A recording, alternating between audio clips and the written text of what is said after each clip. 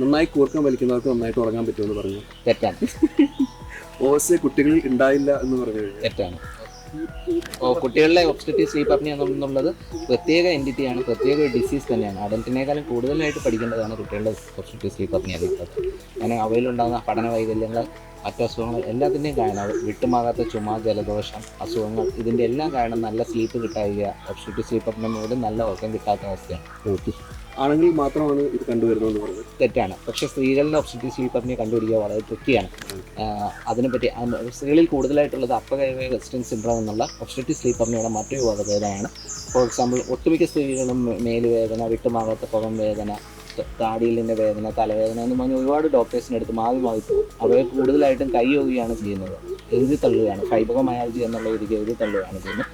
ഇത് കണ്ടുപിടിക്കുക എന്നുള്ളത് ഭയങ്കര ട്രിക്കിയാണ്. മറ്റ് ആണുങ്ങളിൽ കാണുന്നതിനേക്കാളും കുറേ കൂടി ട്രിക്കിയാണ് സ്ത്രീകളിൽ കണ്ടുപിടിക്കാൻ. പിന്നെ ആർത്തവവിരാമത്തിന് മുന്നേ സ്ത്രീകൾക്കാണെങ്കിൽ ഈസ്ട്രജൻ ഹോർമോണിൻ്റെ പ്രൊട്ടക്ഷൻ ഉണ്ട്.